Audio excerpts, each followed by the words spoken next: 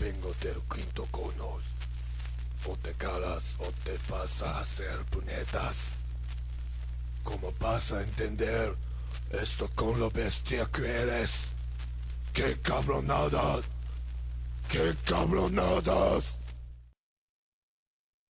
Boa brutal.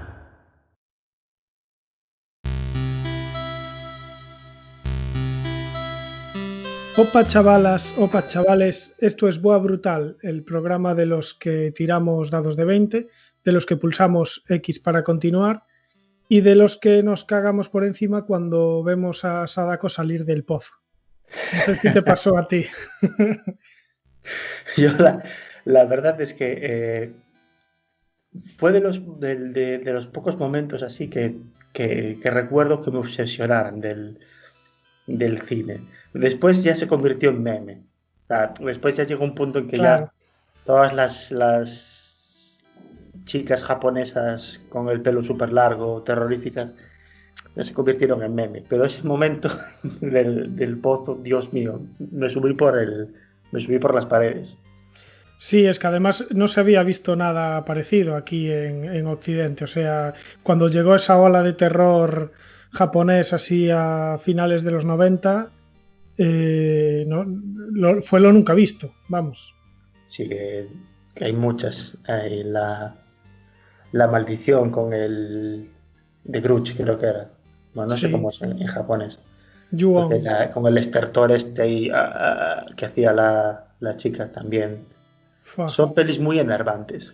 Muy, muy Pues enervantes. sí, sí, sí, sí. De eso vamos a hablar hoy. Vamos a hablar de no solo de terror japonés, sino de ese lado oscuro que tiene Japón, ese lado grotesco y a veces pues repulsivo que tiene un país que a veces pues parece que lo único que exporta es pues la típica alegría, los videojuegos, el rock japonés y las idols y en realidad hay un lado oscuro ahí detrás de esa sociedad japonesa que a veces pues resulta como muy extraño para los occidentales. Sí, son capaces de lo mejor y de lo peor. Tenemos en Japón, por un lado, tenemos a Hayao Miyazaki, que, sabéis, es el famosísimo cineasta y creativo, que desprende un realismo mágico y un optimismo infantil, pero en el mejor sentido de la palabra. No en un Claro. sentido pueril, sino en un sentido puro, de ilusión y de aprendizaje.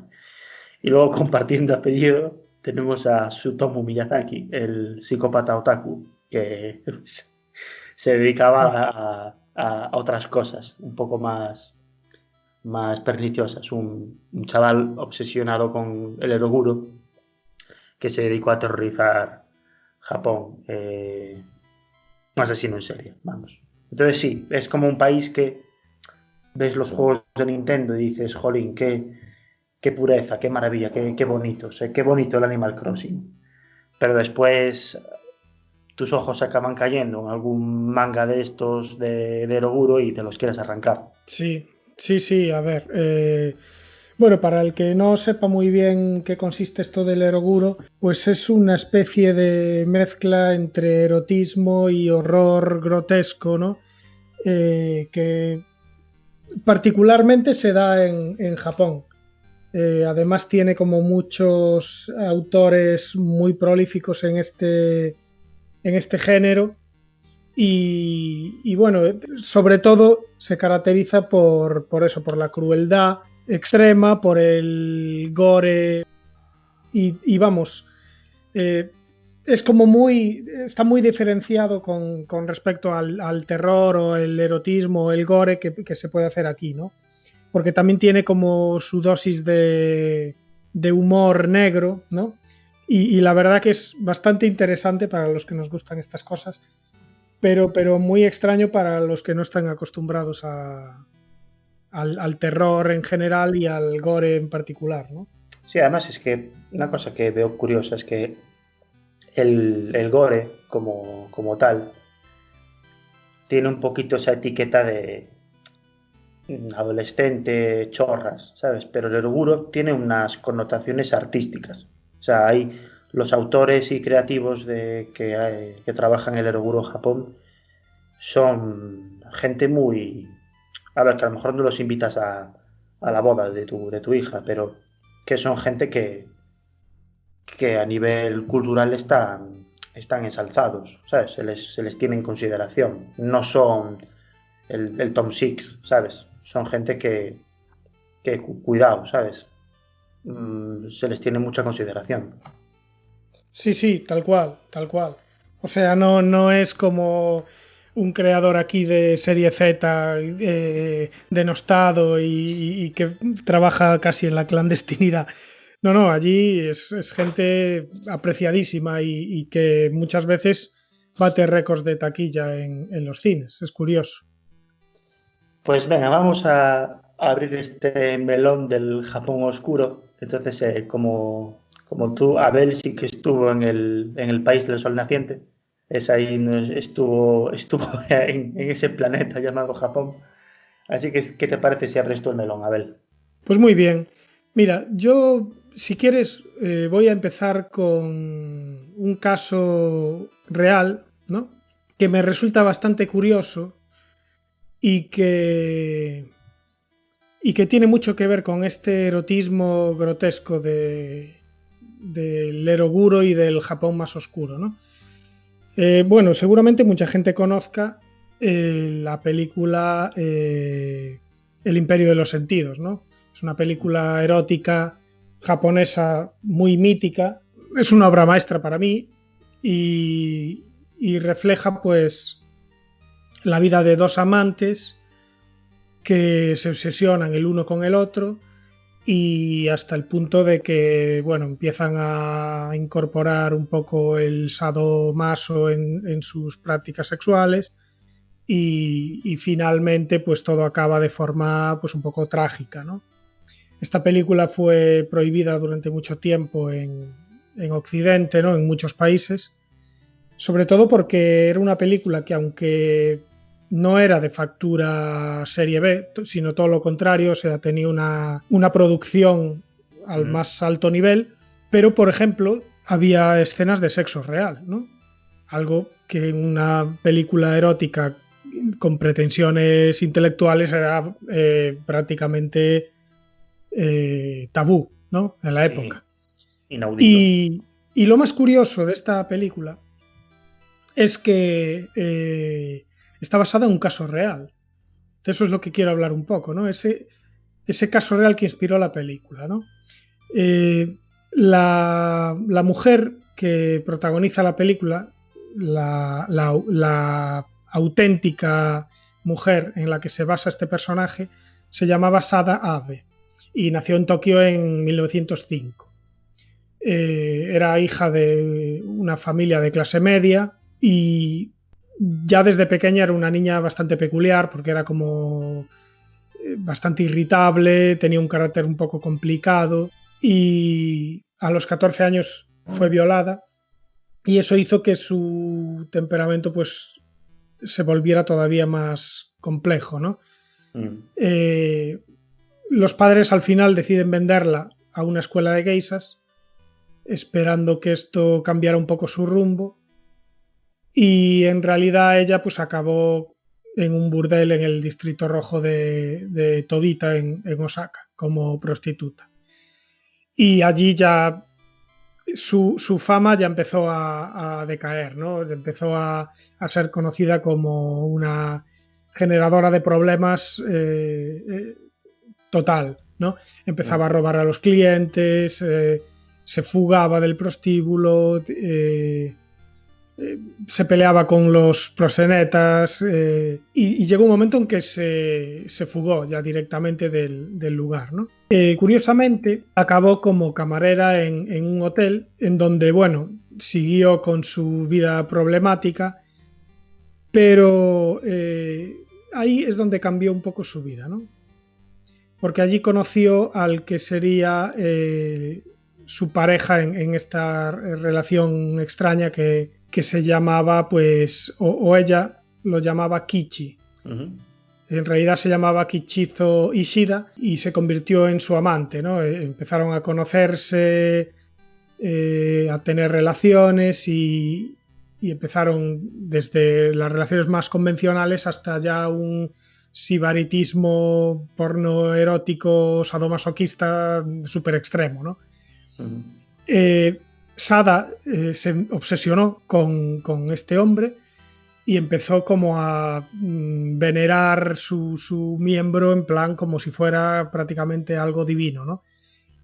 Se los veía a veces paseando por la calle y ella siempre debajo del kimono, en vez de agarrarlo de la mano, lo agarraba del pirolo para pasear. Lo que pasa que, claro, nadie lo veía porque estaba debajo del kimono. Las ventajas de la ropa ancha, es que todos son... Claro. Entonces, en esta relación, pues Kichi era un poco el sumiso, ¿no? Pero él estaba encantado. Él estaba como sometido a ella con gusto. Y poco a poco estas prácticas empezaron a ir más hacia lo extremo y empezaron a introducir el dolor como fuente de placer. Y ahí esto es donde donde podemos ver ese paralelismo con la película. Y empezaron a mutilarse, a practicar la asfixiofilia, esta famosa. Y llegó un momento en una noche de mayo de 1936 que Sada utilizó su obi, su cinturón, ¿no?, para cortar la respiración de Kichi durante su éxtasis y se lo cargó, vamos. Lo mató. El tema es que ella... No, su intención no era matarlo, fue sin querer. Claro. Entonces se quedó tan impactada que pensó que lo mejor sería, para tenerlo siempre con ella, cortarle los genitales y guardárselos. Claro. Entonces inmediatamente cortó los genitales, los envolvió en una revista y empezó a llevarlos a todas partes en el bolso, como si fuera pues un relicario. Lógico, normal. Hasta aquí todo normal. Sí, todo normal, todo muy, muy costumbrista. De hecho, después de matarlo accidentalmente, cogió un cuchillo y talló en el brazo de Kichi las palabras Sada Kichi Futari Kiri, que significa Sada Kichi juntos para siempre. O sea, lo típico, ¿no?, que hace cualquier pareja cuando... Sí, una romántica. El caso es que tiempo después la policía encontró el cadáver y capturó a la prófuga. Y es muy curioso, realmente tienes que verlas, porque existen unas fotografías de la captura de esta mujer y para mí es lo más inquietante del caso, las fotografías en cuestión. Porque podemos ver a Sada sonriendo, súper tranquila, con la policía llevándosela a comisaría, y la policía también partiéndose de risa, en plan, como si fuera una cosa de lo más, no sé, de lo más normal. De hecho, Sada se convirtió en una celebridad. Y no solo una celebridad, o sea, era prácticamente como una ídola para un sector grande de la sociedad japonesa, ¿no? Porque era como el icono de la liberación más extrema, ¿no? Escribió, de hecho, varias autobiografías y participó en otros bestsellers como, digamos, asistente, ¿no? Después de salir de la cárcel, desapareció voluntariamente del mapa en 1969 y no se volvió a saber de ella. No se sabe si murió inmediatamente o siguió viva en el anonimato durante muchos años. Pero el caso es que no se volvió a saber de ella y, curiosamente, el pene y los testículos de Kichi permanecieron en una exhibición pública en el Departamento de Patología de la Universidad de Tokio hasta los años 50-60 aproximadamente. Y esta es un poco una historia que refleja muy bien este carácter del eroguro, ¿no? Este erotismo y el gore mezclados en esta historia que fue una historia real, que inspiró películas y que a mí me resulta fascinante en todo lo que envuelve, ¿no? Sí, es que todas estas parafilias que son tan comunes en... Las parafilias son comunes en todo el mundo, pero es que en Japón rozan lo atómico, ¿no? Pues son tan concretas y tan exageradas que realmente dices tú, pero tantas teclas tiene tu cabeza que hay cosas tan... pero que son muy antiguas, que tú buscas láminas de ukiyo-e y ya hay cosas muy chungas en láminas medievales de arte erótico y demás. Sí que son... Sí, es verdad. a lo mejor viene debido a que como Japón tiene esta cultura del civismo extremo, no esto que sale en las noticias, de el público japonés recoge el estadio después de que juegue su selección. Claro. Y todos decimos, qué pueblo, ejemplo, qué maravilla, tal, no sé qué. Y después tienen eh, una parte oculta, pero que es de libro. Yo me acuerdo de que esto lo vi con mi hermano hace años, en un blog que era famosísimo, que era el blog de Kirai, un chico español que vivía en Japón. Sí. Y que se había encontrado en el metro de Tokio un cartel que literalmente es como un cartel de prohibido fumar, pero el cartel era un cartel de prohibido y lo que se veía en vez de un cigarro o la típica imagen de, pues imagínate, cuidado, fuego, lo que sea, se veía dos figuras humanoides, una feminizada por su indumentaria, tenía como una falda y demás, y como agarrada de una barra del metro. Y otra a su lado, masculinizada, porque tenía como un maletín y no tenía falda, con lo cual tiene que ser un hombre, pues dirigiendo su mano hacia la entrepierna de la otra figura. Y esto prohibido, ¿sabes? Como si estuviese, oye, no hagas esto. Y debajo unos kanjis, un texto que yo no sé qué significa. Pero lo curioso, lo que comentaba Kirai, es que en Japón hay muchos casos hay mucha cultura de la violación, muy exagerada, porque de hecho hay muchísimo contenido erótico que se basa en esto, que es una cosa muy triste. Pero es que lo que comentaba Kirai, lo que es de llevarse las manos a la cabeza, es que desde que se puso el cartel, descendió un montón el número de denuncias. O sea, tú fíjate cómo es la gente de allí, que Sí. dicen, bueno, estoy en el metro, pues voy a proceder a violar con mis manos a alguien, que esto es costumbre local, esto pues es como los piropos o tal, pues allí. Pero de repente el japonés, que es una persona cívica y que cumple las leyes, ve un cartel de que está prohibido y dice, uy, si está prohibido, si esto está prohibido, no voy a ser yo la persona que se salte las leyes. Claro, Entonces, claro, es como que la ley está por encima de la propia moral más básica, vamos. sí, ya digo, lo podéis buscar y es alucinante. Pero lo más alucinante, o sea, ya es alucinante que exista un cartel así.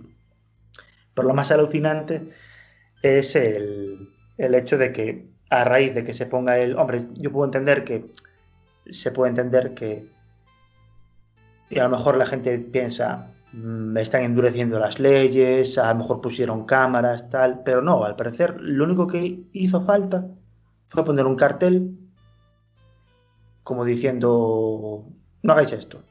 Y ya fue suficiente para que el japonés que se veía animado a hacer esto en un metro, uy, pues no, tenéis razón, no mola, ¿sabes? Es como... Claro, claro. Sí, sí. la verdad es que es una sociedad muy rarita la japonesa, ¿eh? Porque si bien es lo que dices tú, son como muy educados y les gusta cumplir las leyes y no generar problemas al resto de la sociedad. Y por otro lado, ves esta cara B que tienen más oscura en la que no les importa, pues eso, tratar a la mujer como un objeto sin ningún tipo de problema. La verdad que es curioso. Esto se ve mucho también con el tema de las idols, ¿no? Dios mío. Estas adolescentes que, como su nombre indica, pues están idolatradas y que forman grupos, pues la mayoría de las veces grupos musicales de pop así más simple, entre comillas, y que tienen como objetivo, pues básicamente, ser unos objetos de adoración para la mayoría sobre todo, de hombres de mediana edad. Esto resulta un poco grotesco también, ¿no? Pero es curioso porque hace poco vi un documental, no recuerdo dónde, no puedo decir la fuente, pero básicamente iba de eso, ¿no? De un grupo de idols, no recuerdo tampoco qué grupo era, pero en Japón es bastante habitual que los grupos de idols vayan rotando sus integrantes, ¿no? Sí. Tú tienes, por ejemplo, el clásico grupo, el de Akihabara 48, que tiene Sí. 48 integrantes, ¿no? Y estas tropecientas integrantes no son fijas. Van Sí, es un rotando equipo de según, fútbol. claro, van rotando según popularidad, lo cual ya es bastante cruel, ¿no? Porque tú tienes que votar a tus favoritas y las que dejan de ser favoritas se descienden, ¿no? Por así decirlo, y las que están en promoción y son votadas, pues ascienden, ¿no? Y así durante muchos años, pues el grupo siempre está surtido de chicas adolescentes a las que adorar, ¿no? Esto, pues, es el pan de cada día allí, ¿no?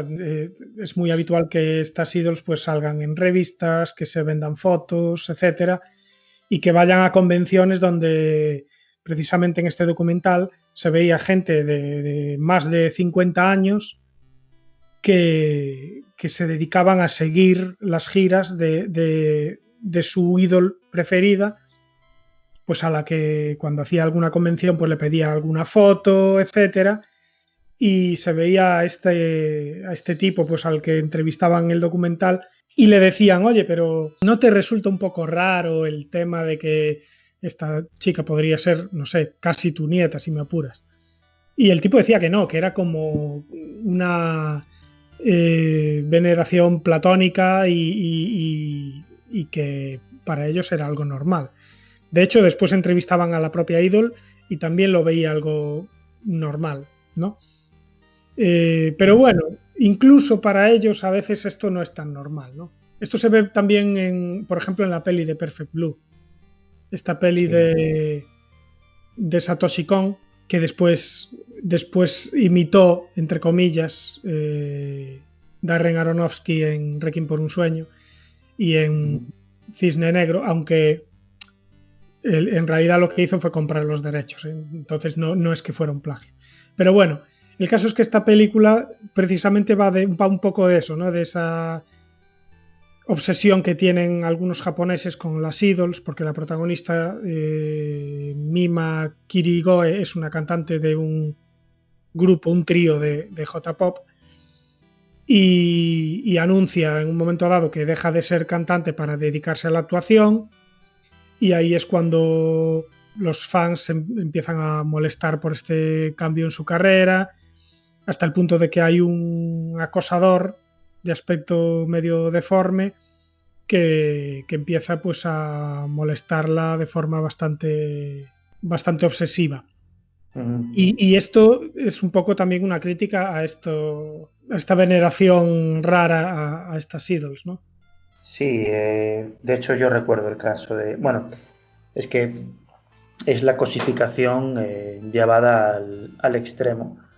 Mi opinión es que para que estas chicas directamente ya las traten como a ganado, lo que falta es que cuando tengan alguna lesión les peguen un tiro, como en el oeste, porque realmente el nivel hasta el que las ponen es totalmente delirante. De hecho, algunas no, la mayoría tienen problemas de salud serios.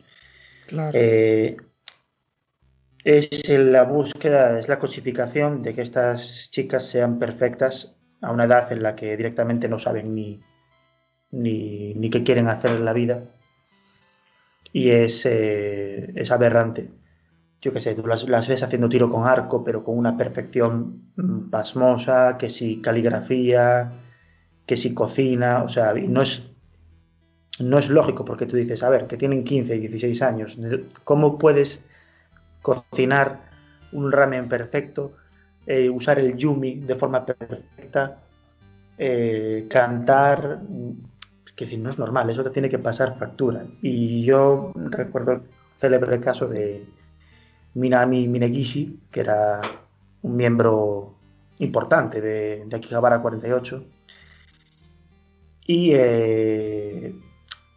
sucedió que una revista, ¿qué me dices? Japonés, Ujú. digamos que la cazó en una situación comprometida. Eh, la cazó saliendo como de la casa de una popstar japonesa, de Ujú. Alan Shirahama, y esto que sería completamente normal para cualquier persona, incluso, pues yo qué sé, incluso si esto pasase con una estrella como puede ser Millie Bobby Brown en el mundo Sí. occidental, esto se vería normal. De hecho, pues ole por ella, ¿sabes? Pues esta chica directamente fue como que la destruyó totalmente. Ya. De hecho, fue denostada, pero fue totalmente condenada, pero vamos. Hablábamos antes de Sutomu Miyazaki. Podéis buscar mucha información de este asesino en las redes, pero voy a comentar solamente un dato. Esta persona fue ahorcada, fue condenada a muerte y fue ahorcada en 2008. En 2008, un juez japonés lo condenó a ser ahorcado. O sea, este país, eso, es el lado oscuro que tiene.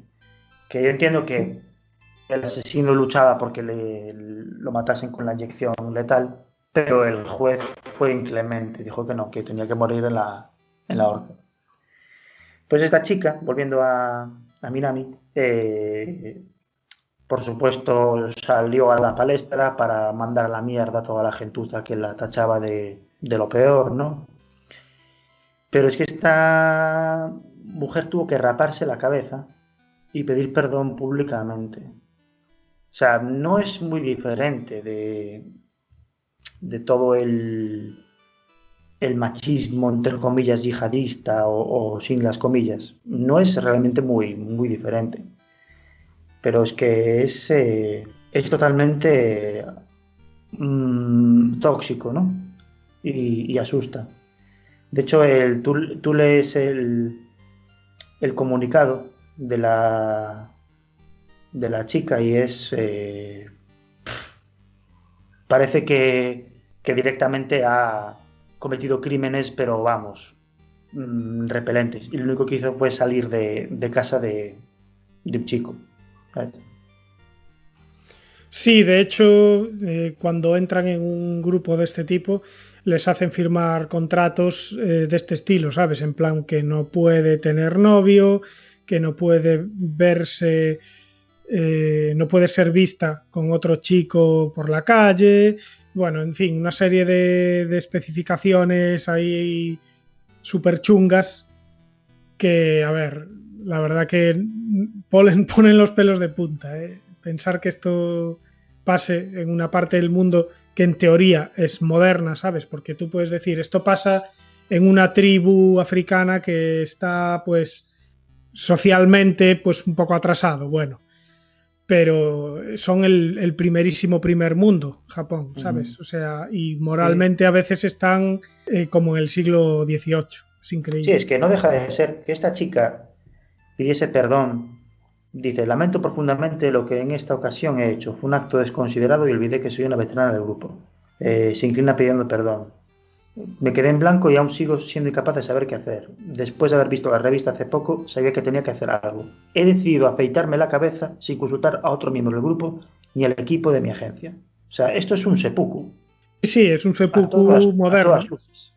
Claro, claro, sí, sí. O sea, en vez de un samurái destripándose sobre una alfombra para pedir perdón, claro, es una chica que a sus 20 años que tenía, como sale de una casa, es que es surrealista. Pero claro, aquí viene el tema, es que es saber si realmente los japoneses, hombre, hay mucha bondad en Japón también. Pero a veces uno se pregunta si no es esta vergüenza extrema lo que es el cemento de la sociedad japonesa. Este temor absoluto al deshonor y a... No, este señor que lo despiden y se va al parque este de los despedidos y se tira toda la jornada laboral en el parque porque no puede literalmente volver a casa y decir, cariño, que me han echado del trabajo. Ya.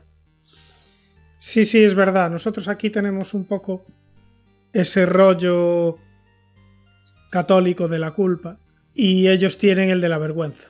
Entonces, pues es así. Ahora que comentabas lo de la ídol esta, hubo otra ídol que se llamó Ai Ijima, que nació en el 72 y también tuvo una carrera así un poco rara, ¿no? Debutó en los 90, en el 92 estrenó su primera peli y ahí empezó con un auge bastante tremendo. Lo que pasa que ella era una ídol para público más bien adulto, ¿no? Hacía cosas más bien eróticas y de ese estilo, en plan softcore, ¿sabes? Sí. Lo que en Japón se llama de clase V. Y bueno, y ahí pues desarrolló un poco su carrera, ¿no? Y después posteriormente pues se fue retirando y se desempeñó curiosamente como mangaka y sacó su propio manga que se titulaba, a lo mejor te suena, Time Traveler Ai, se llamaba el manga, donde ella misma era la protagonista del manga, ¿no? Y bueno, y después en los 2000 sacó un libro autobiográfico que se llama Platonic Sex, donde narraba los primeros años de su vida y ahí podías ver un poco toda esta obsesión japonesa por las idols. Y después, a finales del 2006, se tomó como un descanso y dio un comunicado en su blog argumentando que tenía como algunos problemas de salud y que se iba pues a retirar temporalmente, ¿no? En 2008, después de un par de años en los que estaba desaparecida, apareció muerta en su apartamento. La encontraron boca abajo, encima del suelo, y según el informe médico, la muerte había ocurrido al menos una semana antes. O sea, estuvo una semana en su departamento muerta, boca abajo, sin que nadie se enterara, ¿no? Este rollo también japonés de la soledad que vemos mucho, ¿no? Parece ser que el fallecimiento fue por una combinación de varias patologías que tenía en ese momento: rinitis alérgica, pielonefritis, cistitis, y todo eso culminó en una neumonía que la mató. La policía en principio descartó homicidio o suicidio, pero empezaron a salir teorías sobre su muerte, no oficiales. Se dijo que estaba involucrada con el crimen organizado y que la había asesinado la Yakuza. Se había dicho que fue como un suicidio muy programado, pero la teoría más probable es que había contraído el SIDA y había muerto por diferentes enfermedades, ¿no? A causa de haber contraído el VIH. Claro. Y que nunca quiso hacer público, precisamente por esta vergüenza, su condición, a pesar de que ella ya había sido activista contra el VIH, ¿no? Y haciendo pues campañas para promover la importancia sobre la prevención, etcétera. Otro motivo por el que se piensa que ella ya tenía la enfermedad, ¿no?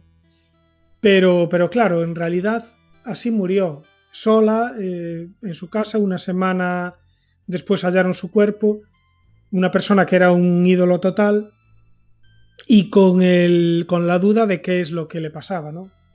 Es curioso que hubiera pues esta también vergüenza de confesar que al final tenía pues una enfermedad, ¿no? Claro, una vez más, la vergüenza otra vez. Sí, yo creo que Kentaro Miura cualquier día se nos muere igual, ¿eh? O sea, cualquier día nos enteramos de que lleva muerto un mes y a tomar por culo Berserk. O sea, Sí, así te lo digo. bueno, es como lo que Porque pasó con el creador de Shin-Chan también, ¿no? sí, pobrecito. Que también un día se fue de excursión y apareció muerto. Y en teoría hay varias hipótesis, pero se supone que fue o bien un suicidio o bien simplemente se perdió en el monte, no supo volver y se murió, ¿no? Pero es Qué curioso buena que Shin-chan. fue buenísima, buenísima. Buena. Y es muy curioso porque Shin-Chan también es una crítica a la sociedad japonesa, velada, ¿no? Sí, Pero, o sea, oculta en un trasfondo infantil y de humor, pero al final ahí en Shin-Chan te das cuenta, ves en todas las situaciones que se plantean esta doble moral que tienen los japoneses y el sí. machismo y bueno. A mí me gusta mucho cuando Shin-chan tiene estos momentos que en los que se ve un poco su sexualidad ambigua. En plan, que sí, a mí me encantan, que ve un cachas en la tele y empieza con sus y los padres. Porque esto, yo por ejemplo, viendo hace poco el anime Great Teacher Onizuka, GTO, es un anime muy bueno, muy bien escrito, de un chaval que es un perdido de la vida y de casualidad acaba de profesor de instituto, de secundaria, siendo él muy joven. Porque esto también me encanta del anime, que es como los protagonistas tienen, soy no sé qué tal, que ya ves la ficha que te ponen, ¿no? Con las medidas, el grupo sanguíneo, y ves Claro, que el guerrero protagonista de la historia tiene 13 años, que es como, vale, ok, pues nada. Yo que tengo 33 me tiro por un puente ya. Pues este chaval es el profesor y no es, o sea, es en absoluto ortodoxo, es lo peor. Mm, Pero como es muy buen tío, pues acaba siendo importantísimo en la vida de sus alumnos. Eh, lo importante que es un profesor, ¿no? De hecho, en Japón, esto lo hemos oído mucho, yo no sé si es cierto, pero se dice que en Japón las únicas personas que están exentas de hacer la reverencia al emperador son los propios profesores, ¿no? Porque dicen que un país sin profesores no es nada. claro. Pues en este anime, eh, hace poco lo quise volver a ver porque no lo tenía terminado y dije, lo voy a volver a ver que estaba muy bien. Y en los primeros capítulos, la directora está hablando con Onizuka y le dice, es que tenemos muchos problemas en este instituto. Tenemos violencia, tenemos homosexualidad. Oh my god. Y claro, y no es, no es un anime de los 70, ¿sabes? No, es un anime no sé exactamente de qué año es, pero ¿qué será? De la quinta de Marmelade Boy y toda esta... Vamos a buscarlo. porque no creo que sea muy antiguo. Y Sí, me chocó mucho. Y realmente la comunidad LGTB en Japón siempre nos metemos, siempre miramos a Rusia, a Irán, ¿no? Cuando hablamos de estos derechos. Pero Japón, que una vez más es el primer mundo por antonomasia, los derechos de este colectivo, que ya me da un poco de palo, quiero decir, no son un colectivo, es que a la gente, a mí me gusta el chocolate negro y a ti te gusta el chocolate blanco. O sea, es así, pues a mí me gusta una cosa, a ti te gusta otra. Más con una cosa tan importante como es y tan definitoria como es la sexualidad. Pero es que en este país hay programas directamente vejatorios y humillantes. O sea, entre concursos de televisión de un tío que se tira pedos y a ver cómo hace para esquivarlos, hay programas que directamente ponen a estas personas, ¿no? En unas situaciones, pero que yo creo que atentan a los derechos humanos, literalmente. Hay un programa que un grupo de muchachos tienen que recibir una felación de una persona, bueno, de un chico, y el reto del programa consiste en no eyacular, básicamente. Claro, esto no se ve, no es explícito, pero lo están grabando y lo están emitiendo en la tele, que no sé en qué horario lo emitirán, entiendo que será un late esto, pero es monstruoso. No sé exactamente en qué, si se dejó de emitir este programa, pero sé que existe. Y es un programa que realmente es monstruoso, si lo piensas bien. Yo no sé hasta qué punto es eso, no sé hasta qué punto esto tiene que ir la ONU allí y decir, pero vamos a ver, ¿esto qué mierda es? Porque es exagerado. Aquel rumor que había de un reality ruso que iba a ser una especie de Battle Royale, que se podían sí. matar, ¿verdad? Y no sé qué, que lo iba a financiar un multimillonario.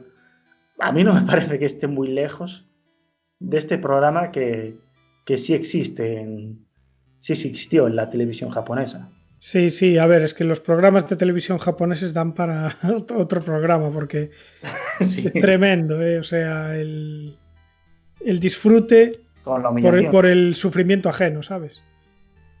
Eso es constante en los programas, sobre todo en los concursos así chorras, tipo humor amarillo. O sea, el hecho de ver al otro pasarlo mal parece que es algo con lo que disfrutan los japoneses a veces, ¿eh?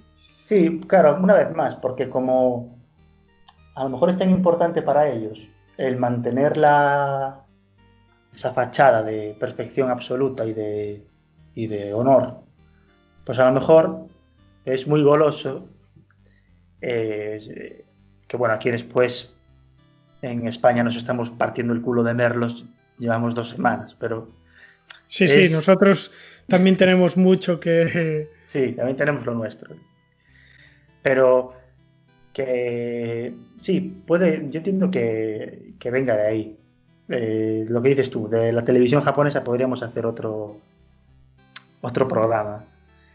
Pero hablabas antes de la soledad y entre sandías cuadradas y máquinas expendedoras de ropa interior usada, hay una cosa que me dejó loquísima, que me descubrí hace poco. Yo sabía en Japón lo de los Love Hotel, lo de los Sí, hoteles del amor, sabía de lo de los cafeterías de gatos, sus rarezas, está claro. Pero lo que no sabía es que hay cafés de abrazos, los Kudel Cafés, que son locales en los que tú puedes pagar para, sin ningún tipo de contenido subido de tono, no funny business, dormir abrazado a una mujer. joder. Sí, esa fue mi reacción. Pagas por No me dormir. sorprende, pero, o No, sea, me no. sorprende y no me sorprende, ¿sabes? Claro, y es como eh, totalmente normal. O sea, no es una cosa. ahí oscura, pues yo qué sé. Es como si, digo, en España puedes comprar droga, pero bueno, pues la puedes comprar donde la puedes comprar. En California, por ejemplo, como ya es legal la marihuana, eh, hay boutiques de cannabis con bueno, pues tú imagínate, una tienda de toast, pero en vez de toast te vende marihuana. Ya, Eh, y está totalmente normalizado. Bueno, pero es que al final es una planta. Es como tomar manzanilla. claro.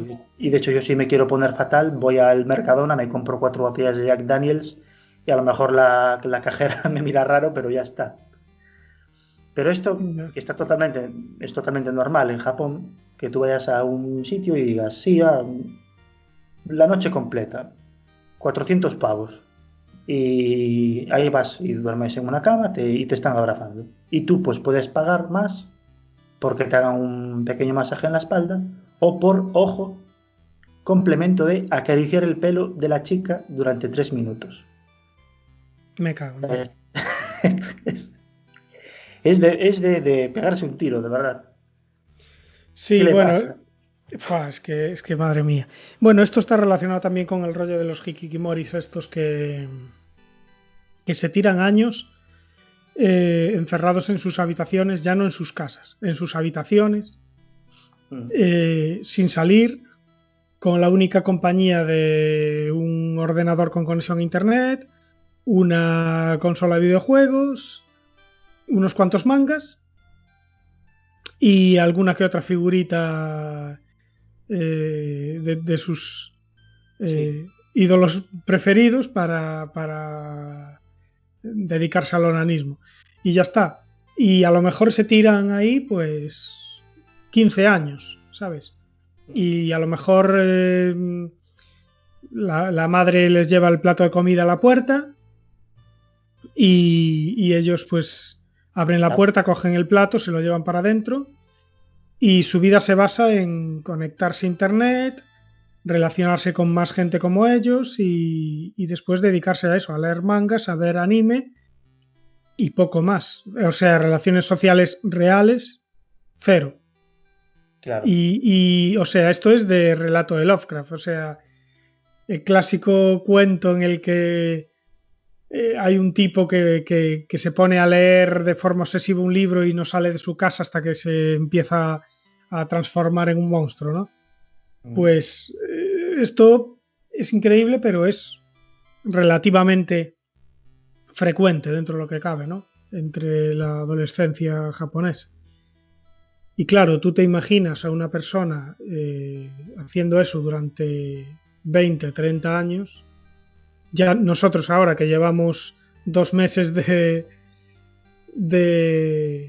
confinamiento y ya hay más de uno que se sube por las paredes y eso que dentro de lo que cabe, pues ahora por ejemplo podemos salir a pasear, podemos ir a hacer la compra, pero es que esta gente no sale ni para tirar la basura.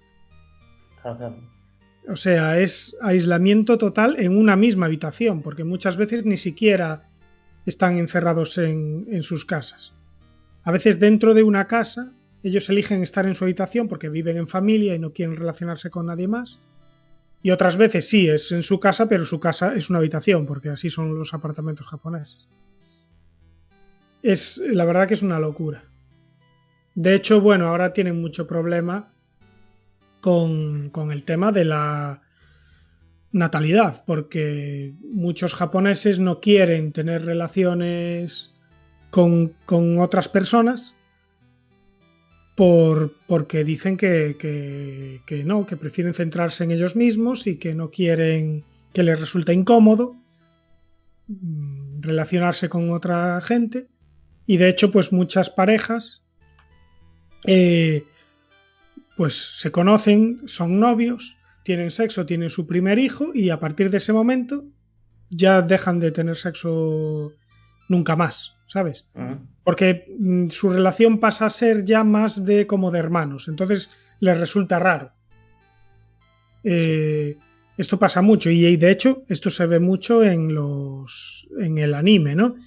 la típica familia, esto se ve en Shin-Chan, la familia que duermen los tres en la misma habitación. Cada uno en su futón y hasta luego, porque ya como ya no van a hacer nada. De hecho, a veces es muy normal, ahora ya no tanto, pero no hace mucho era bastante habitual que el marido pues fuera a prostitutas a desahogarse y la mujer lo aceptaba y le parecía normal porque lógicamente ella ya no iba a tener sexo con él y él tenía que descargar pues sus pulsiones, así que era algo normal. Era algo normal y de hecho también se ve en muchas pelis. Los típicos salaryman estos que terminan su jornada se van a tomar algo y acaban en un prostíbulo, en un burdel, ¿no? Esto es súper habitual en las pelis y algunos mangas, ¿no? Tienen una sociedad muy rarita. Sí, es. Una vez más, hay esta dualidad, ¿no? Tenemos un país que tiene una de las tasas de esperanza de vida más elevadas. Creo que compartido con España y con Italia, de hecho, con España y con Perú, ahora no me acuerdo, pero por un lado tenemos a España con una dieta mediterránea, en España comparado con otros países trabajamos muy poco, muy pocas horas. Tenemos un sistema de sanidad pues de los mejores del mundo y demás.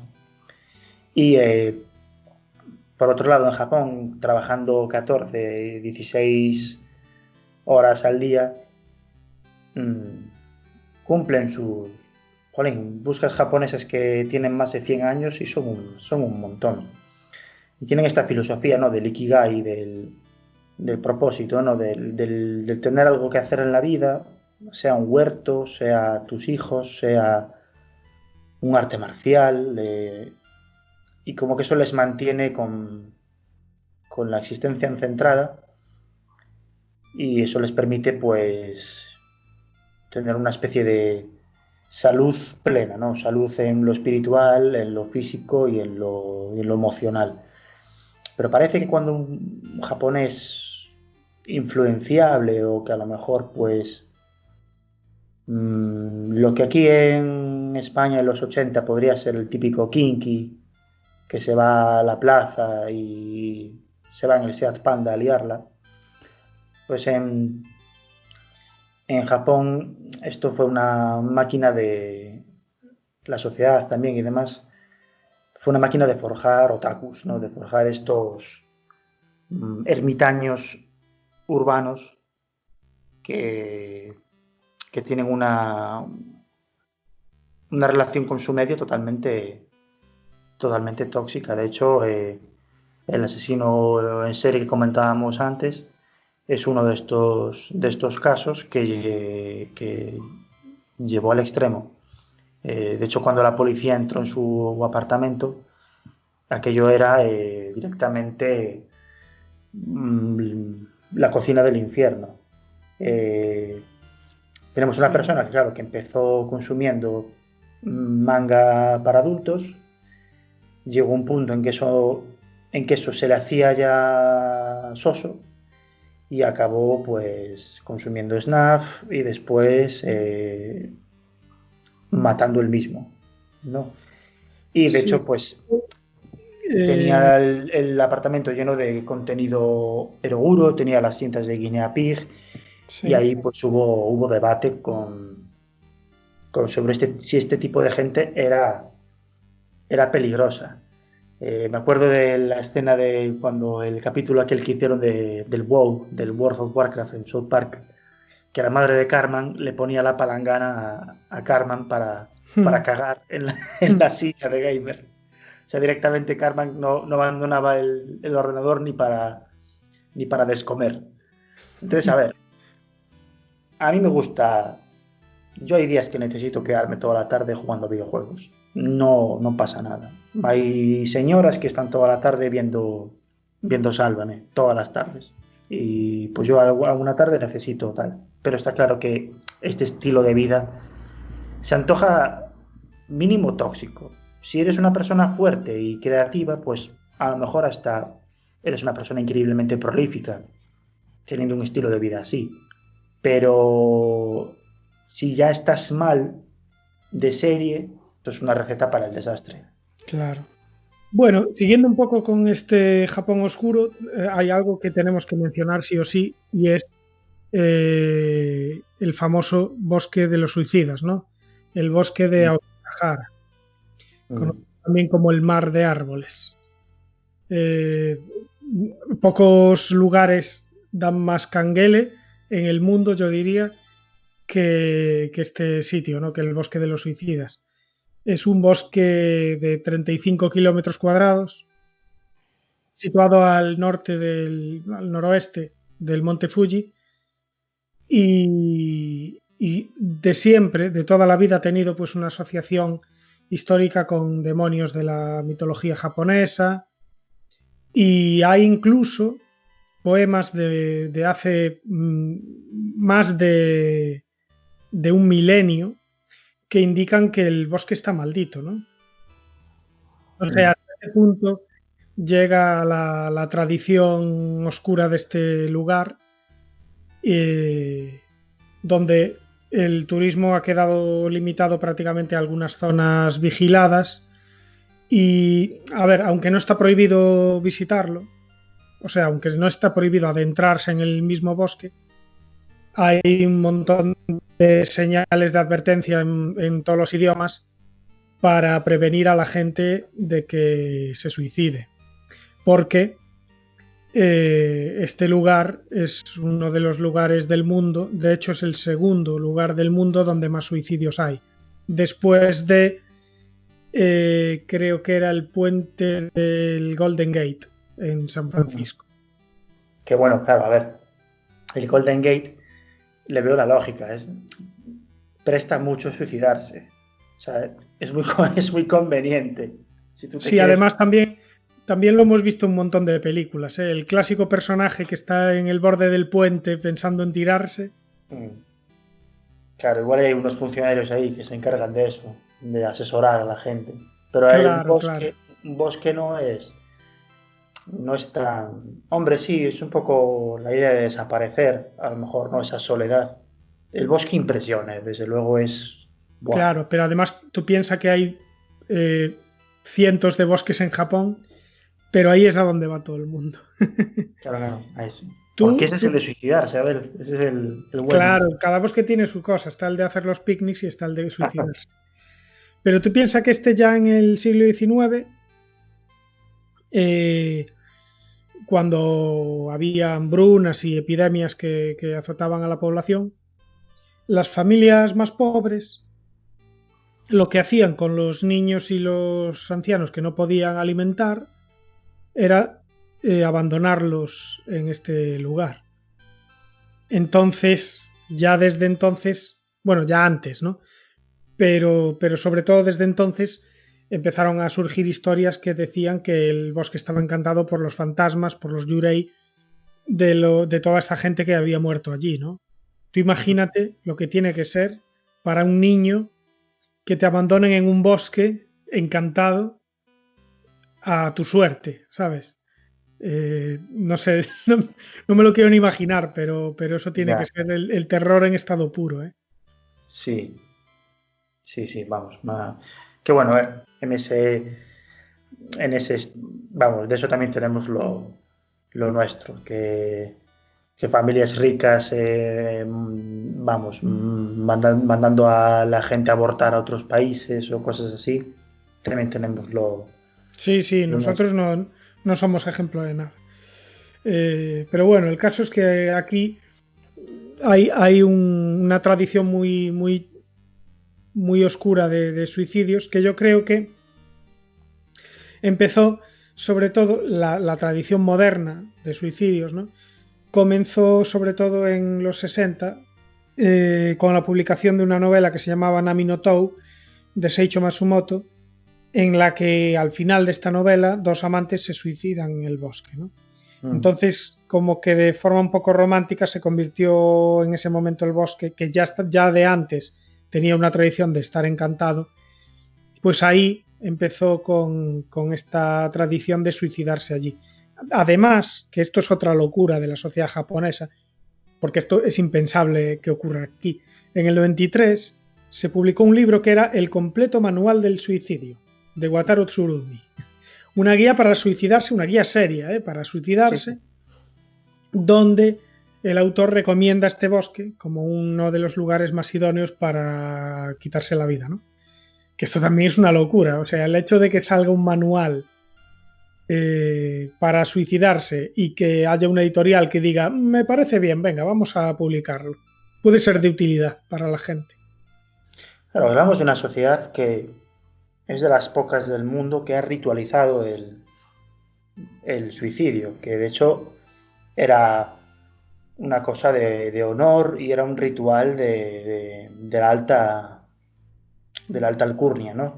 El quitarse la vida como el último gesto de desapego a todo, ¿no? De pensar en algo más grande que el individuo.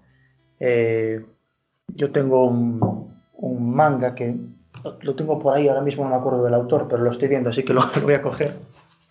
No me salía el nombre, pero es el mitiquísimo y el mega friki Hiroshi Hirata, que es relatos de samuráis, relatos insólitos de samuráis, pues se llama el tomo. Y nada, aquí Hirata nos cuenta pues varias historias que fue él sacando de crónicas y demás. Y hay una muy, muy interesante que habla de un guerrero que en medio de una batalla, que no tenía mucho sentido la batalla al parecer, como muchas batallas, pero esta en especial, pues el tío se planta entre los dos, digamos, ejércitos y se corta la cabeza. No sé si es verídico, porque no creo que sea muy fácil cortarse la cabeza, pero se corta la cabeza y de esa manera impide la batalla, ¿no? Después de ese espectáculo, pues como que los dos ejércitos dicen, igual estamos haciendo el idiota. Y hay muchos, y hay otro también, de otra historia de unos Ronin condenados a muerte por un daimyo para, digamos, pedir perdón a unos holandeses o algo así. Y uno de ellos se presta el voluntario a suicidarse de primero, y cuando lo hace se arranca las tripas y se las arroja a los holandeses, que horrorizados ya les llega, ¿no? Ya dicen, vale, ya está, ya veo de qué vais, ya me llego. Y de esa manera pues salva la vida a sus compañeros. Es como, ya verás tú, cómo se les van a quitar las ganas de sangre. Entonces sí, a mí es que tú has estado en Japón y sí, quiero orbitar un poco el programa a esto. A mí queda esto patente, que estamos aquí poniendo un poco a Japón a caer de un burro, pero los dos amamos la cultura nipona, los dos somos practicantes de artes marciales japonesas, nos hemos hartado de anime, de cine japonés, vamos, hemos vestido hakama muchos años y más que los vestiremos. Pero realmente a mí me pasa como una cosa con Japón. Yo cuando estuve en Nueva York, a los 3 días yo era un neoyorquino más. O sea, no era el neoyorquino que peor hablaba inglés. No era el neoyorquino de más lejos que estaba en Nueva York. Te sentías un poco en casa. Tú podías entrar en un bar, pedirte un cortado y ver el Real Madrid en muchos bares de Nueva York. Pero a mí Japón me da la sensación de que es lo más parecido a una civilización alienígena de las Star Trek en nuestro planeta. Como que son tan... Sí, es así. Claro. Para bien y para mal. Claro, para bien y para mal. Yo es lo que dices tú. Hay muchísimas cosas de Japón que me encantan y en su cultura hay muchas cosas que tendríamos que imitar, ¿no? esa educación, pues ese respeto a las normas, ese civismo, ¿no? Se te cae una cartera llena de dinero y nadie se va a meter un billete en el bolsillo. O dejan en los kioscos, dejan el bote para que te lleves la revista y dejes el dinero en el bote y la gente pues lo respeta. Son cosas que aquí, a ver, si hiciéramos un especial del lado oscuro de España, pues imagínate, en vez de hora y media sería de 8 horas y nos quedaríamos cortos, claro. Claro, sí. Pero bueno, también es cierto que a lo mejor es que Japón tiene precisamente un lado oscuro porque Japón tiene un lado brillante. Está muy, está muy dualizado, ¿no? Está muy polarizado esto en Claro. Japón. Es como que parece que precisamente porque en España es como que los, lo oscuro está a flor de piel. No te lo oculta la sociedad. Es como tú ya lo ves al salir a la calle, sobre todo ya en situaciones como las que estamos viviendo. La gente insultando por la ventana, la gente en la calle insultando a los que están en la ventana, eh, ¿sabes? Pero luego, por ejemplo, si hay una pelea, somos los primeros en correr a separar, ¿sabes? Que Claro. no. Si hay un problema con un vecino, somos los primeros oye, ¿sabes? Este vecino que tiene un problema, tal, no sé qué, lo que haga falta. En Japón, ¿sabes? Esas situaciones se me antojan más, con lo tímidos que son, ¿no? Se me antojan más difíciles. Por eso Claro, quizá más en en las partes rurales esto se ve más, ¿no? El sí, rollo más de comunidad, el rollo de ayudar a tu vecino y tal, pasa un poco como aquí, ¿no? Y que en las grandes ciudades esto ya se perdió bastante y en lo rural todavía se mantiene y en Japón igual. ¿Qué pasa? Que claro, Tokio es una ciudad del tamaño de un país. Entonces, por eso ese rollo de impersonal con tus vecinos pues destaca tanto, porque es una ciudad gigante. Aquí, pues como todavía tenemos muchas zonas rurales y nuestras ciudades a lo mejor tenemos grandes ciudades, pero también tenemos muchos pueblos y muchas zonas rurales, pues a lo mejor no se nota tanto, sobre todo porque lo que la gente conoce de Japón es fundamentalmente Tokio. Pero yo estoy seguro de que para un japonés de pueblo, el Tokiota medio es súper raro, ¿sabes?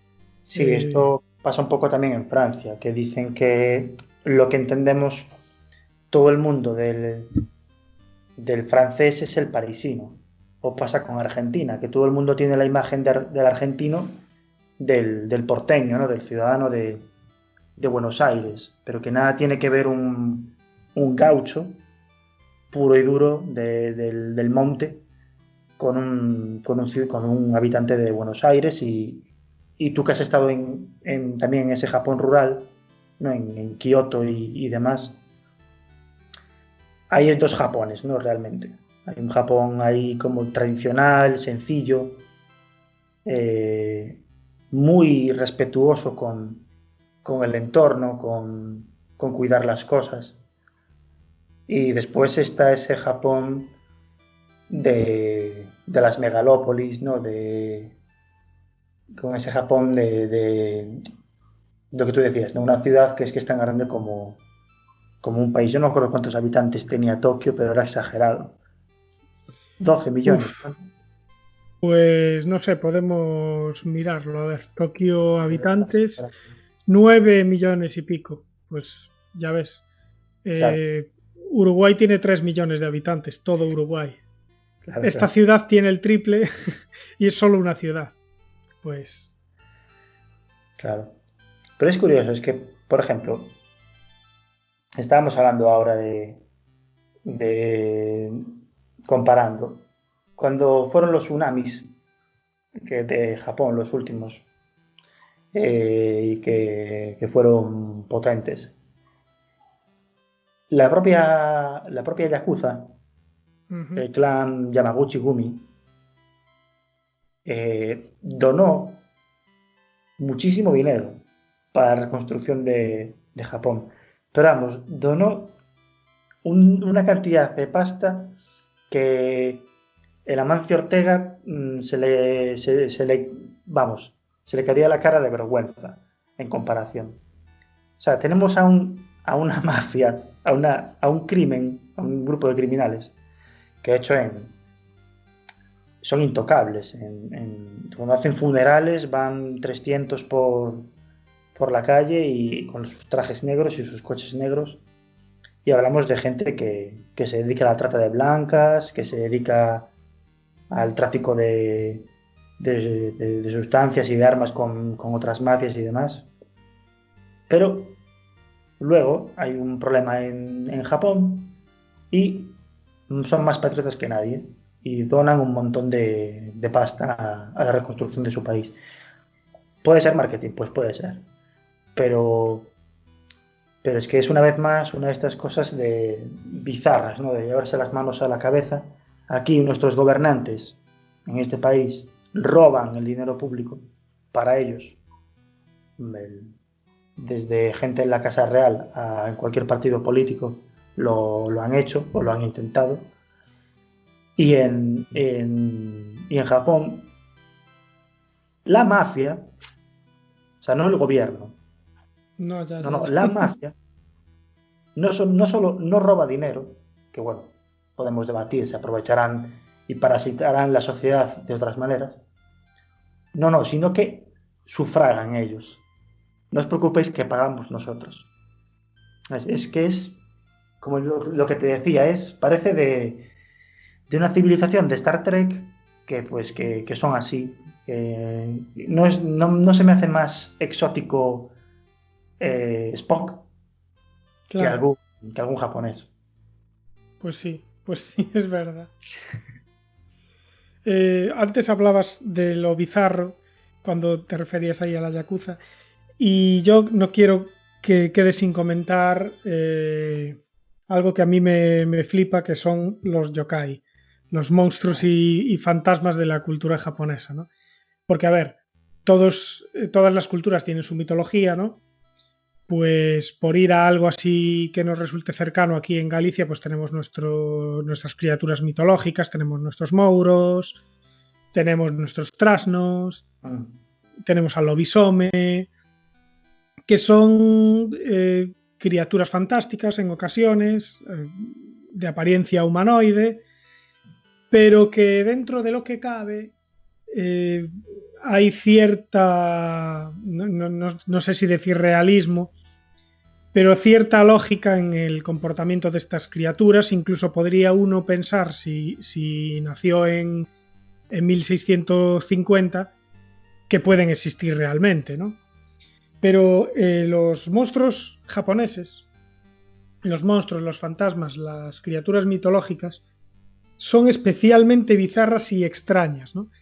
Ellos tienen criaturas, qué sé yo, como por ejemplo el Rokurokubi, que es como una especie de dama de apariencia noble, pero con el cuello extremadamente largo. Y cuando digo extremadamente largo me refiero a metros y metros de longitud. Sí. Entonces es un monstruo especialmente grotesco, ¿no? Porque ves a una mujer con una cabeza que se le separa totalmente del tronco y vuela por el aire, alimentándose de insectos y de lombrices, y la verdad es que como mínimo causa un poco de inquietud. O por ejemplo el Mikoshi Niudo, ¿no? También conocido como el bonzo colosal, que este me flipa porque tiene una historia genial. Resulta que es un yokai que aparece en los caminos y que tiene una característica muy loca, que es que a medida que la víctima levanta la vista para intentar observarlo mejor, su cabeza aumenta de tamaño.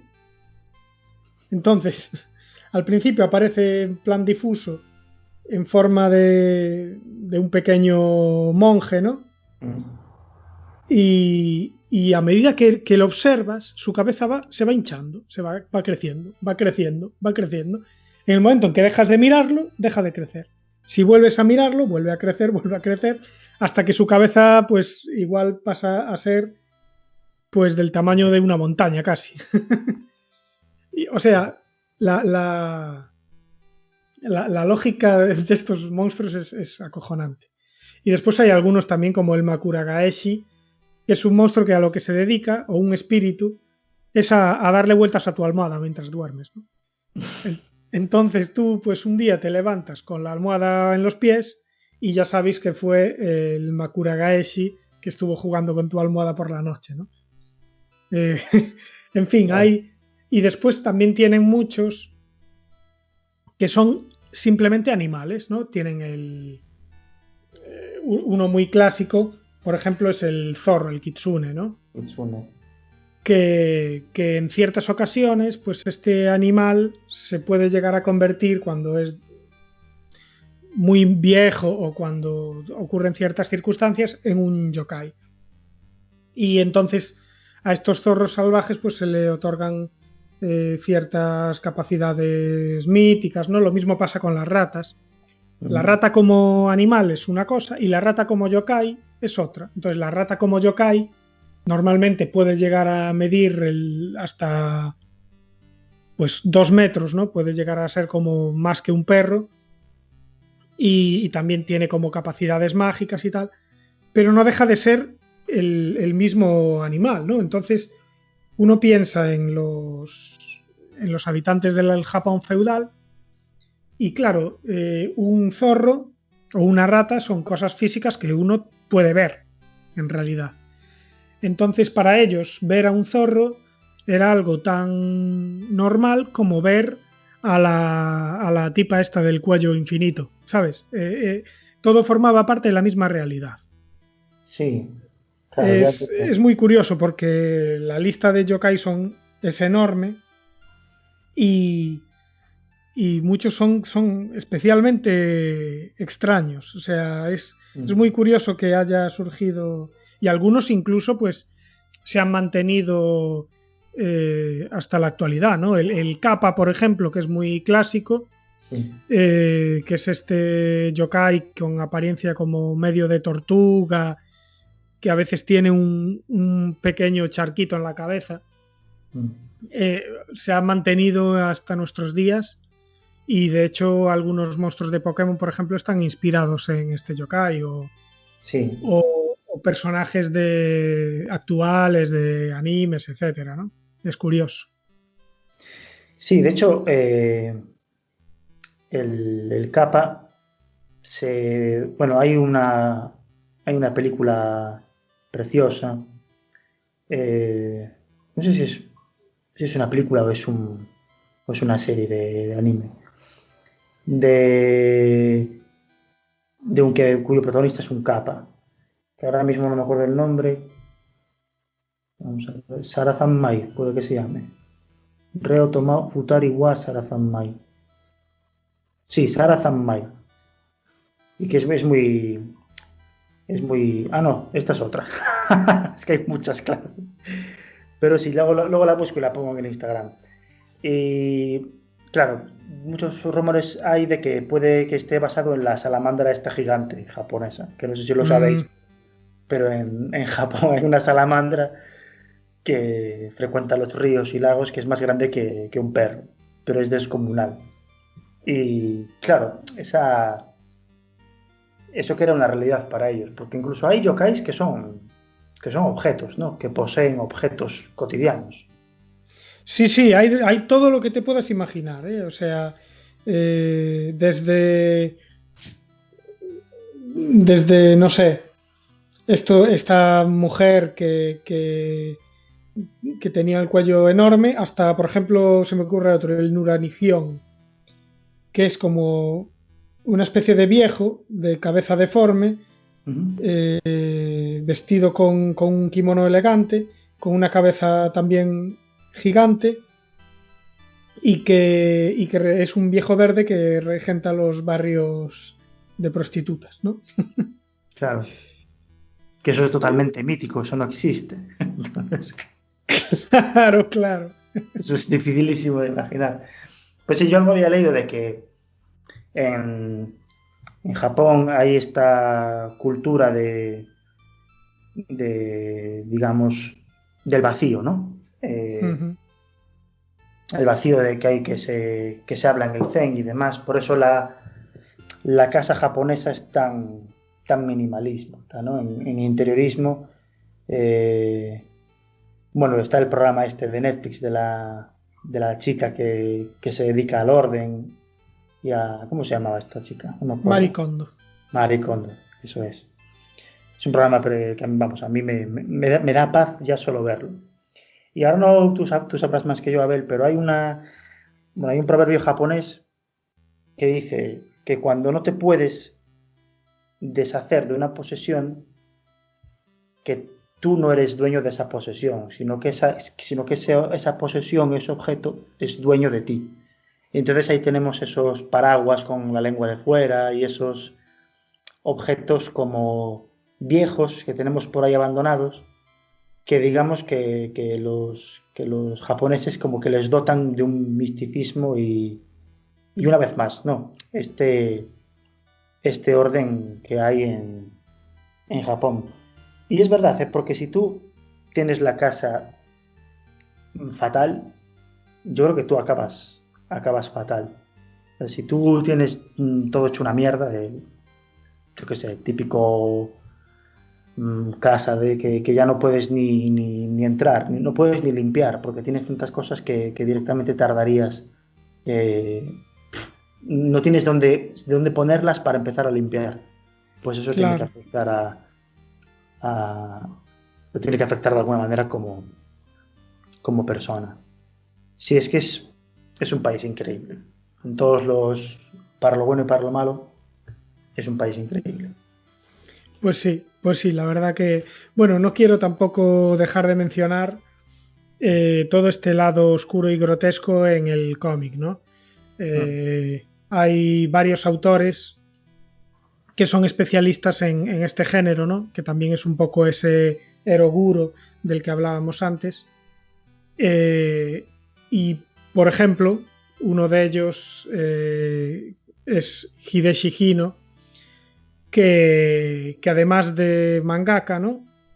También fue el escritor y el director de las películas de Guinea Pig. Bueno, en concreto la primera y la segunda, y también la cuarta, que es la de la sirena, que hablábamos en el primer episodio de Boa Brutal. Aparte de estas películas, tiene cómics también con un trasfondo así muy extraño y muy desagradable en ocasiones, como por ejemplo el niño gusano, el hombre cadáver, criatura maldita, este lo tengo yo por ejemplo. Son siempre, bueno, tiene muchos con protagonistas infantiles, ¿no? Es muy curioso. Y siempre se recrea con esa podredumbre, esa decadencia.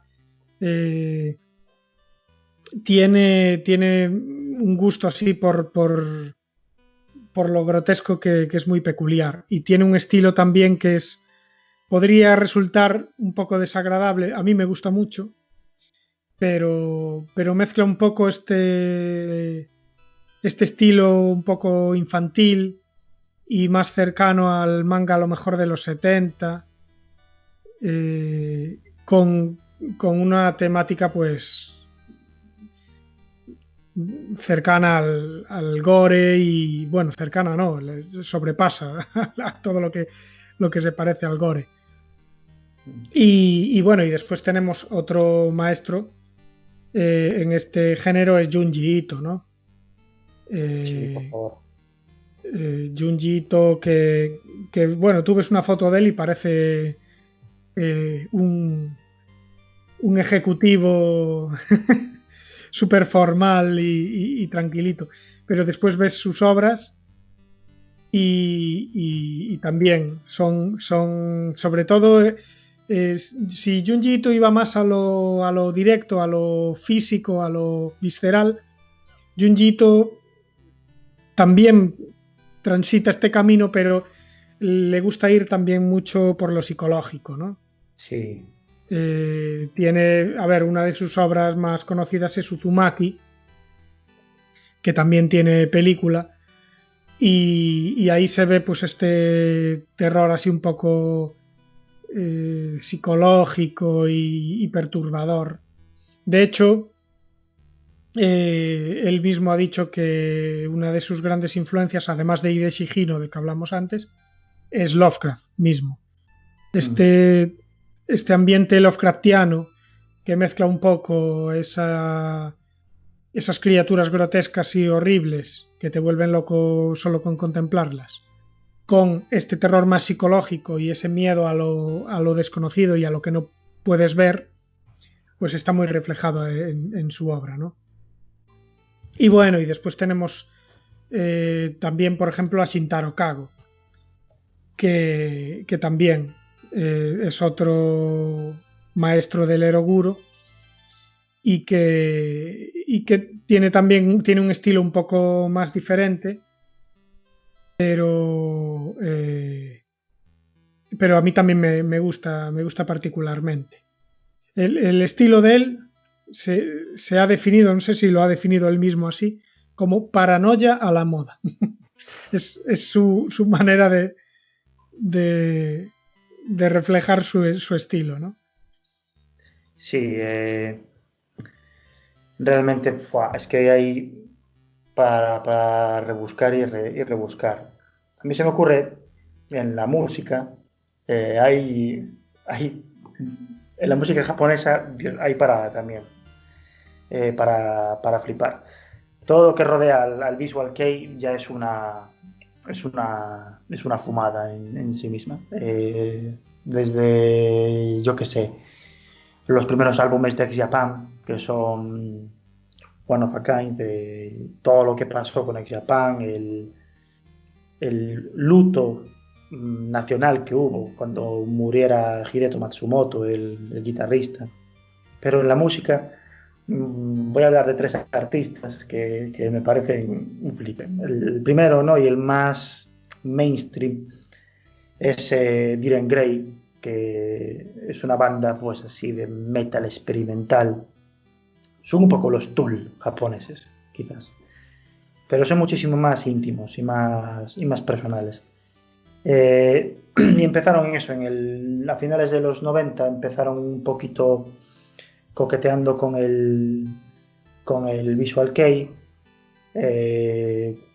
muy extravagantes, muy vulgares, y todo su, digamos, música y puesta en escena era abiertamente eroguro, ¿no? Que si tentáculos, que si cortes, que si masticar cosas que parecían escatológicas.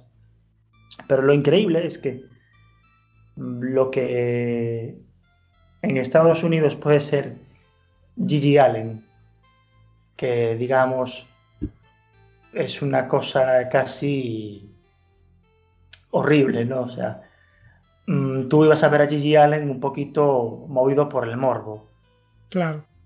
No, a ver si tengo suerte y me tira caca a mí. Pero no, o sea, Kyo, el cantante de Diren Grey, que bueno, hay que decir que no llega a estos extremos, pero sí que estamos hablando de una persona que se corta en directo. Que aparte que una de las cosas que me gusta a mí de Diren Grey es que este tío se va a tocar a Nueva York y no sabe una palabra de inglés. Y hace todo su concierto en japonés, no habla nada con el público, pero la gente ves que está en primera fila llorando. Y porque el tío lo da todo, pero no lo da todo como Bisbal, que suda, no. Literalmente en cada grito que pega se desgañita, literalmente. De hecho ha tenido problemas de pólipos en la garganta, precisamente por por las burradas que hace. De hecho, si os gusta este tipo de música o si os gusta simplemente lo que es el cantar, el tema del canto, si buscáis Diren Grey Voice Skills en YouTube vais a flipar, porque el rango que tiene vocal es alucinante, es único. Y me hace gracia como en Japón una persona que se corta, que literalmente lo único de lo que habla en sus canciones es del egoísmo, del maltrato, de lo peor de la humanidad, ¿no? De cómo la humanidad es un cáncer, ¿no? de este planeta. Es básicamente su opinión y su mensaje. Y ves el público y son todo adolescentes encantadas, coreando esas letras y totalmente idolatrando a una persona que además está súper puesta súper bien valorada por el público japonés y por la crítica. Y luego también hablé en el primer episodio de Wa Brutal, el Nerdbow, ¿no? El Masami Akita. Merutsubau, y se pronuncia así. Merutsubau. Pues que es un artista que también es un gurú de la música, es doctor en música. Pero el tío se dedica a hacer álbumes de noise, pero de forma exagerada. O sea, directamente no se puede escuchar lo que hace, ¿no? Y creo que la persona con una discografía más prolífica de la historia. De hecho, en el año 2000 lanzó una caja de 50 CDs conocida como Merdbox. Y es todo ruido. De hecho, hay imágenes... sí, es exagerado. Pero luego tú le ves que tiene ahí el MacBook, los 80 pedales y que está currando muchísimo en sus conciertos. Claro, parece que está hecho con 2 cacerolas, pero el tío está buscando cada nota de esa... Sí, por favor. Es todo intencional. Claro, para que la gente huya corriendo. Hay vídeos muy graciosos en festivales, el tío ahí dando brasa y la gente escapando o sea, quedándose vacío la zona. Y luego hay 4 tíos delante ahí en primera fila muy gourmet. Claro. Sí, Japón y sus cosas. Pues sí, y bueno, antes de despedirme no quiero dejar de mencionar un poco el J-horror, ¿no? El cine de terror japonés, por lo menos para que quede registro, ¿no? A ver, hemos hablado ya un poco de esta Ring, del gran Hideo Nakata, ¿no? Que es un poco ese cine así un poco más con terror un poco más psicológico, más profundo. Después tenemos también al propio Takashi Miike, que también hablamos mucho de él en Wa Brutal, que ya también va por lo psicológico en algunas pelis, por ejemplo en Audition a lo mejor va hacia un terror un poco más psicológico, pero que también tiene ese gusto por lo grotesco y lo físico, ¿no? Como en Ichi the Killer, a lo mejor un poco más. Y en Visitor Q, que la comenté en el especial de cine horrible, ya se va hacia eso sí que es eroguro en toda su extensión. Y después tenemos también pues a Takashi Shimizu, que es el director de Ju-On, ¿no? De La Maldición, aquí conocida, de la primera y la segunda parte, que también va por un lado un poco más psicológico y que también estableció un poco esos tropos del género, como por ejemplo, bueno, junto a Nakata, ¿no? Como por ejemplo esos fantasmas de niños japoneses, esas mujeres con el pelo largo y camisones blancos. Ya es un poco una cosa eso, más psicológica, más convencional. Como por ejemplo también lo que hacía este otro director, Kiyoshi Kurosawa, ¿no? Que también tiene como un gusto por lo sutil. Él empezó como supervisor en Ju-On, en La Maldición, y hoy ya es reconocido como un gran cineasta, ¿no? Pero bueno, esto en lo relativo un poco a lo más mainstream, ¿no? También tenemos, por ejemplo, a Sion Sono, que tiene una peli que a mí me flipa mucho. Bueno, tiene dos. Una es el Suicide Club, el Club del Suicidio, que para mí es un peliculón, Sí. que también tiene mucho de crítica social y a la sociedad japonesa.